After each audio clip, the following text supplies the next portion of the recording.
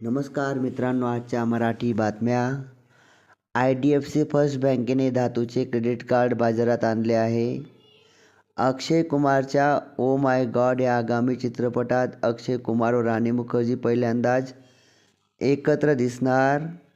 चंद्रग्रहणामुळे तिरुपती मंदिर 3 मार्चला 10 तास बंद राहणार.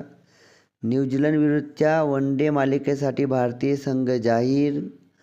भारतामध्ये खेळण्यास बांगलादेशचा नकार. 6 वर्षात सायबर फसवणुकीत भारतीयांना 52,000 कोटीपेक्षा जास्त फटका बसला.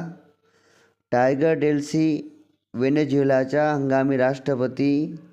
46 वर्षांनंतर कमल हसन व रजनीकांत एकत्र सिनेमात काम करणार. या वर्षात देशात सेमीकंडक्टर चिप उत्पादन सुरू होणार.